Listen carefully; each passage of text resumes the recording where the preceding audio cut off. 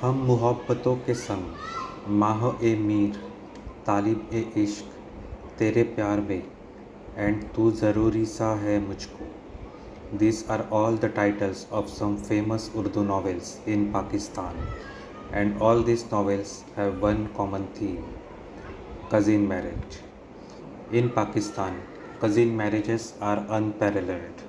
They are more than just a cultural practice, they are an entrenched tradition passed down through generations.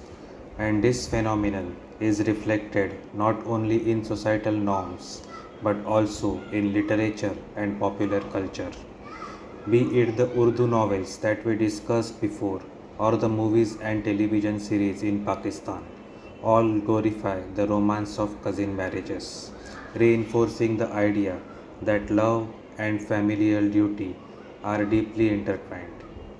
While marriage rates have declined globally due to economic development and increased awareness of genetic risks, Pakistan remains an outlier. Nearly two-thirds of marriages in the country involve cousins, with the majority being first cousins. Even among Pakistani communities in the United Kingdom, particularly in Bradford, around 75% continue to marry within the family. This deeply rooted tradition is not without consequences. Scientific studies have highlighted that first cousin marriages lead to an increased risk of genetic disorders. In Bradford alone, about 4 to 10% of Pakistani children are born with severe genetic abnormalities. In Pakistan, cousin marriages have been linked to a higher prevalence of blood disorders such as thalassemia and other congenital conditions. Yet, despite global awareness campaigns and scientific evidence, the trend persists. Even among the educated elite, preference for cousin marriages remains strong, driven by familial pressures, financial considerations, and a cultural notion that keeping marriage within the family preserves wealth and unity. The question arises, why does this practice continue despite its documented risks? Literature, media, and societal reinforcement play significant roles. The popularity of novels celebrating cousin love stories confirms the societal romanticization of this practice. These novels create an idealized version of love and duty where familial bonds are prioritized above all else. As young readers consume these narratives, they subconsciously internalize the idea that cousin marriages are not just acceptable but desirable. However, the reality is far from the romantic depictions found in these books. Medical professionals in Pakistan have repeatedly warned about the genetic risks associated with intra-family marriages.